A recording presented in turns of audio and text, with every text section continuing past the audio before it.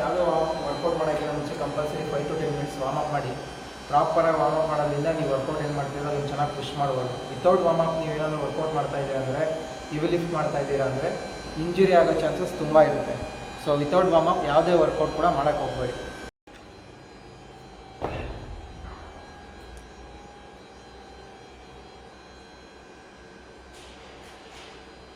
Friends, ಇವತ್ತು ನಾನು shoulder workout ಮಾಡ್ತಾ ಇದ್ದೀನಿ.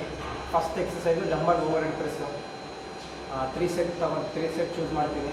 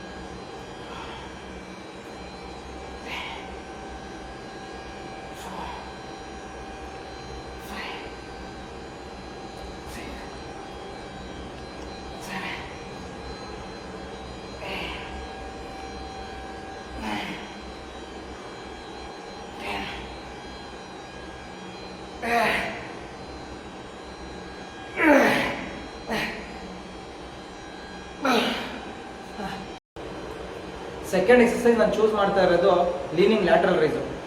ನೀವು ಎಷ್ಟೊಂದು ಜನ ಇದನ್ನ ಟ್ರೈ ಮಾಡಿರಲ್ಲ, ಒಂದ್ಸಲಿ ಟ್ರೈ ಮಾಡಿ ನೋಡಿ. ಒಳ್ಳೆ ಸೈಡ್ ಡೆಲ್ಟ್ ಗ್ರೋತ್ ಇರುತ್ತೆ.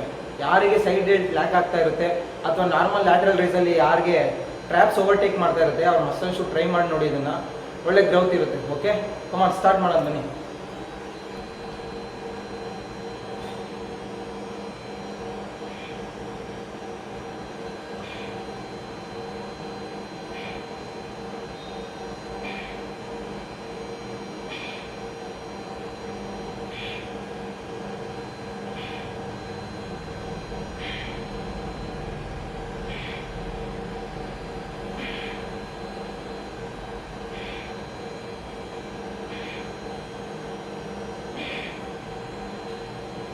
ಮಾಡಬೇಕಂದ್ರೆ ಲೈಕ್ ಲ್ಯಾಟ್ರಲ್ ರೈಸ್ ಆ ಥರ ವರ್ಕೌಟ್ ಮಾಡಬೇಕಂದ್ರೆ ಒಂದು ಕಾಮನ್ ಮಿಸ್ಟೇಕ್ ಏನು ಮಾಡ್ತೀವಿ ಅಂದರೆ ವೆಯ್ಟ್ ಜಾಸ್ತಿ ಚೂಸ್ ಮಾಡ್ತೀವಿ.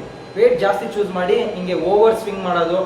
ಆವಾಗ ಏನಾಗ್ಬಿಡುತ್ತೆ ಅಂದರೆ ಟ್ರ್ಯಾಪ್ಸ್ ಓವರ್ಟೇಕ್ ಮಾಡುತ್ತೆ. ನೀವೇನು ಮಾಡ್ತೀರಂದರೆ ನಿಮ್ಮ ಕೈಲಿ ಪ್ರಾಪರಾಗಿ ಎಷ್ಟು ವೆಯ್ಟ್ ಹೊಡೆಯೋಕ್ಕಾಗುತ್ತೋ ಅಷ್ಟೇ ಚೂಸ್ ಮಾಡಿ. ಲೈಕ್ ಇವಾಗ ನೋಡಿ 5 kg ನಾನು ತುಂಬ ಸಿಂಪಲಾಗಿ ಕಡಿಮೆ ವೆಯ್ಟ್ ತೊಗೊಂಡಿದ್ದೀನಿ.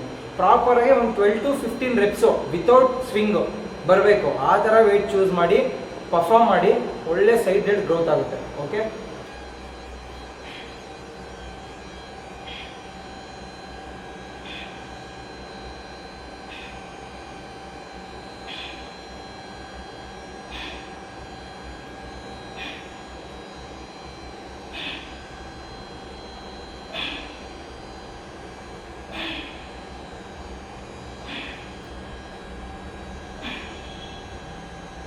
ನಮ್ಮನ್ನ ಯಾರು ಲಿಫ್ಟ್ ಮಾಡಕ್ಕೆ ಟ್ರೈ ಮಾಡಬೇಡಿ. ಆಚೆಗಡೆ ಬಾಡಿಯಿಂದ ಆಚೆಗಡೆ ತಳ್ಳಕ್ಕೆ ಟ್ರೈ ಮಾಡಿ. ಸೊ ಅವಾಗ ಇನ್ನೂ ಪ್ರಾಪರಾಗಿ ನಿಮಗೆ ಟೆನ್ಷನ್ ಕ್ರಿಯೇಟ್ ಆಗುತ್ತೆ ಸೈಡ್ ಡೆಲ್ಟ್ ಮೇಲೆ. ನೀವು ಲಿಫ್ಟ್ ಮಾಡಕ್ಕೆ ಹೋದಾಗ ಏನಾಗುತ್ತೆ ಅಂದರೆ ಅಗೇನ್ ಲೋಡು ಟ್ರ್ಯಾಪ್ಸ್ ಮೇಲೆ ಹೋಗ್ಬಿಡುತ್ತೆ. ಓಕೆ,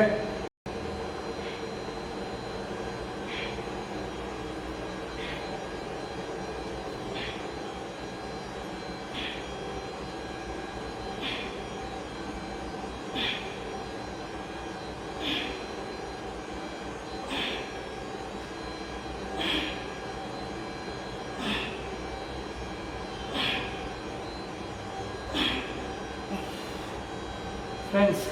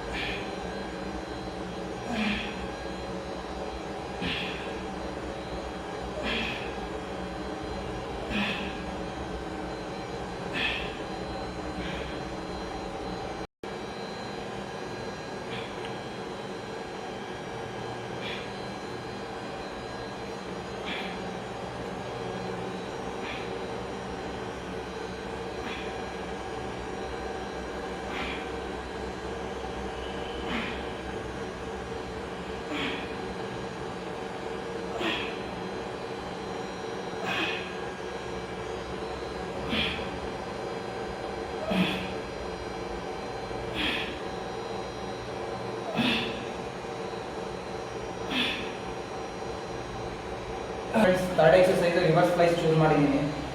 ವೆಯ್ಟು ನನ್ನ ಕೈಲಿ ಅಟ್ಲೀಸ್ಟ್ ಮಿನಿಮಮ್ 12 reps ಬರಬೇಕು, ಆ ಥರನೇ ವೆಯ್ಟ್ ಚೂಸ್ ಮಾಡ್ತೀನಿ. ಸೊ ಪ್ರಾಪರ್ ರಿಪ್ಸ್ ಬರಬೇಕು. ನೆಗೆಟಿವ್ ಆಲ್ವೇಸ್ ಬಿಸ್ಲು, ಅಟ್ಲೀಸ್ಟ್ ಒಂದು ಸೆಕೆಂಡ್ ಆದರೂ ನೆಗೆಟಿವ್ ಬರಬೇಕು, ಆ ಥರ ನಾವು ಟ್ರೈ ಮಾಡಬೇಕು. ಅವಾಗ ಏನಿರುತ್ತೆ, ಪ್ರಾಪರ್ ಟೆನ್ಷನ್ನು ನಾವು ಯಾವ ಮಸಲ್ ಟಾರ್ಗೆಟ್ ಮಾಡಿದೀವೋ ಆ ಮಸಲ್ ಮೇಲೆ ಬೀಳುತ್ತೆ. ನಾವು ಸುಮ್ಮನೆ ಬಂದು ಕಾಟಾಚಾರಕ್ಕೆ ಎಲ್ಲ ಬಿಡಿ ಹೊಡೆದ್ಬಿಟ್ರೆ ಅವಾಗೂ ನಿಮ್ಗೆ ಮಸಲ್ ಬಿಲ್ಡ್ ಆಗುತ್ತೆ, ಬಟ್ ಆ ಎಕ್ಸ್ಟ್ರಾ ಗೇನ್ ಏನಿರುತ್ತೆ, ಎಕ್ಸ್ಟ್ರಾ ಮಾರ್ಜಿನ್ ಏನಿರುತ್ತೆ, ಅದು ನಾವು ಪ್ರಾಪರ್ ಸ್ಟ್ರೆಚ್ ಮಾಡಿದಾಗೆ ಸಿಗಲ್ಲ. ಸೊ ನೀವು ವರ್ಕೌಟ್ಗಿಂತ ಜಾಸ್ತಿ ಆ ವರ್ಕೌಟ್ ಫಾರ್ಮು ಮತ್ತು ಆ ವರ್ಕೌಟ್ ಹೇಗೆ ಪರ್ಫಾರ್ಮ್ ಮಾಡ್ತೀರ ಅನ್ನೋದು ಇಂಪಾರ್ಟೆಂಟ್. ಓಕೆ,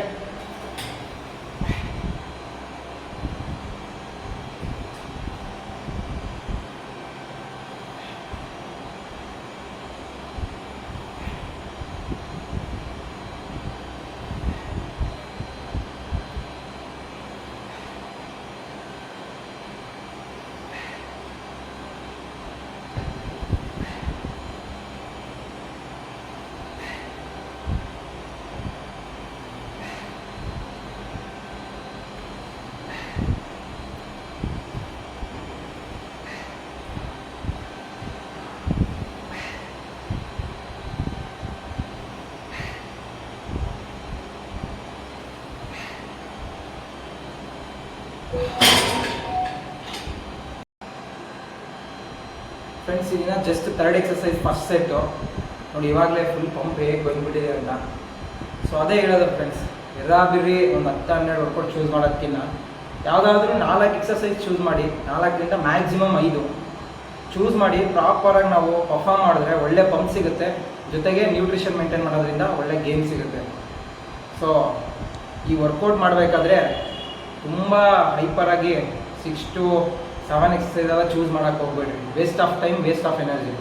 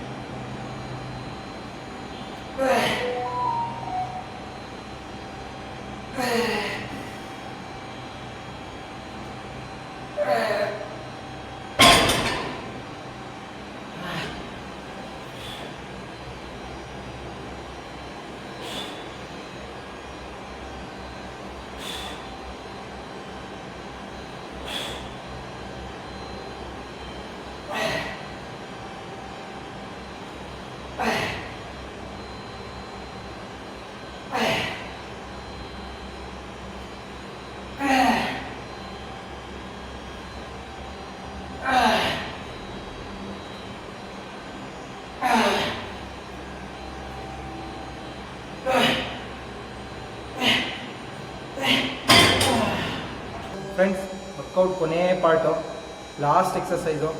ನಾನು ಪರ್ಫಾರ್ಮ್ ಮಾಡ್ತಾ ಇರೋದು ಅಪ್ರೈಟ್ ರೋಸು. ಕೇಬಲಲ್ಲಿ ಪರ್ಫಾರ್ಮ್ ಮಾಡ್ತಾ ಇದ್ದೀನಿ ಫ್ರೆಂಡ್ಸ್. ಕಾನ್ಸ್ಟೆಂಟ್ ಸ್ಟ್ರೆಚ್ ಇರುತ್ತೆ, ಕಾನ್ಸ್ಟೆಂಟ್ ಟೆನ್ಷನ್ ಇರುತ್ತೆ. ಸೊ ನನಗಿದು ಬೆಟರ್ ಅನಿಸುತ್ತೆ. ನೀವು ಬಾರಲ್ಲಿ ಕೂಡ ಪರ್ಫಾರ್ಮ್ ಮಾಡ್ಬೋದು. ಟೋಟಲ್ 12 ಸೆಟ್ಸ್ ಆಯಿತು. So as a natural lifter 12 to 15 sets ಸಾಕು ಫ್ರೆಂಡ್ಸ್. ಸೊ ನನಗೆ 12 ಸ್ವೀಟ್ ಸ್ಪಾಟು ಶೋಲ್ಡರ್ಗೆ. ರಿಕವರಿ ಕೂಡ ಚೆನ್ನಾಗಾಗ್ತಾಯಿದೆ, ಗ್ರೋತ್ ಕೂಡ ಚೆನ್ನಾಗಿದೆ. ಬನ್ನಿ ಪರ್ಫಾರ್ಮ್ ಮಾಡ್ತೀನಿ ಲಾಸ್ಟ್ ಎಕ್ಸಸೈಸು. ಇಲ್ಲಿವರೆಗೂ ವೀಡಿಯೋದಲ್ಲಿ ಇದ್ದೀರಾ ಅಂದರೆ ವಿಡಿಯೋ ಏನಾದರೂ ನಿಮ್ಗೆ ಇಷ್ಟ ಆಗ್ತಾಯಿದ್ರೆ ಲೈಕ್, ಶೇರ್ ಮಾಡಿ ಆ್ಯಂಡ್ ಸಬ್ಸ್ಕ್ರೈಬ್ ಮಾಡಿ ನನ್ನ ಚಾನಲ್ನ. ನೆಕ್ಸ್ಟ್ ವೀಡಿಯೋ ಯಾವುದ್ರ ಮೇಲೆ ಬೇಕು ಅಂತ ಕಮೆಂಟ್ ಮಾಡಿ, ಡೆಫಿನೆಟ್ಲಿ ನಾನು ಆ ವಿಡಿಯೋ ತರ್ತೀನಿ ಫ್ರೆಂಡ್ಸ್.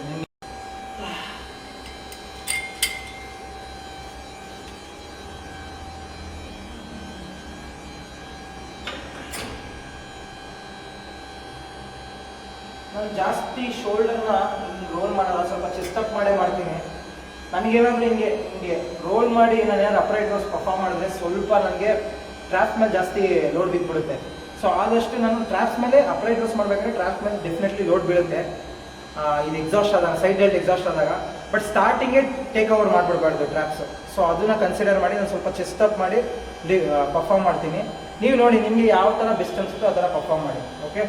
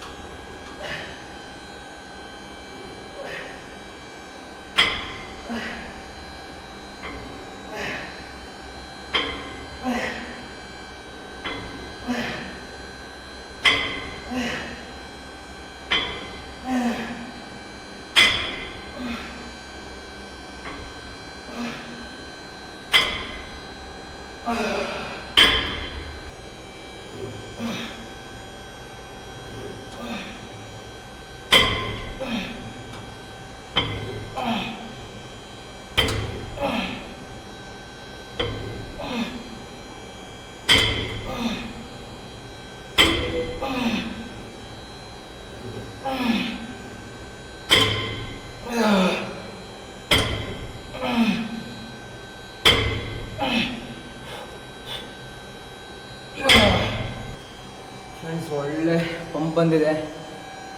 ಇವತ್ತು ಸೆಷನ್ ಮುಗೀತು. ನೆಕ್ಸ್ಟ್ ಇನ್ನೊಂದು ಸೆಷನ್ ಜೊತೆ ಮೀಟ್ ಆಗುವ. Bye friends, take care.